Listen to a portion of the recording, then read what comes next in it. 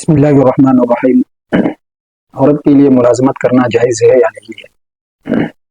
اس میں دو صورتیں ہیں۔ ایک صورت یہ ہے کہ ایسی عورت کہ جس کو نان نفقے کی ضرورت نہ ہو اور وہ خود اپنی طرف سے مال بڑھانے کے لیے ملازمت کرتی ہے، اور اس کا شوہر بھی کام کرتا ہے، شوہر ملازمت کرتا ہے اور شوہر زندہ بھی ہے، تو ایسی عورت کے لیے جائز نہیں ہے کہ وہ ملازمت کرے۔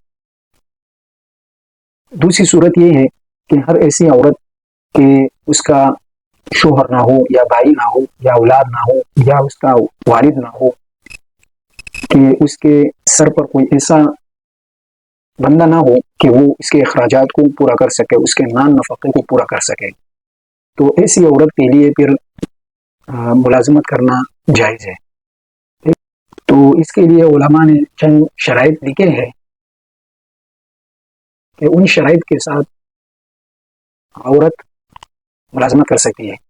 نمبر ایک، مکمل شرعی پردے کے ساتھ، یعنی مکمل شرعی پردے کے ساتھ اگر کوئی عورت ملازمت کرے تو یہ جائز ہے، اور غیر نامحرم لوگ، اجنبی لوگوں کا وہاں پر اختلاط نہ ہو، راستے میں آتے جاتے ہوئے اور غیر مردوں کے ساتھ اس کا اختلاط نہ ہوتا ہو۔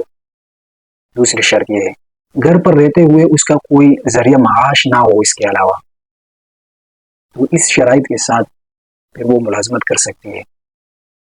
اگر کسی عورت کا کوئی ولی ہو تو ولی کی اجازت کے ساتھ وہ عورت ملازمت کرے،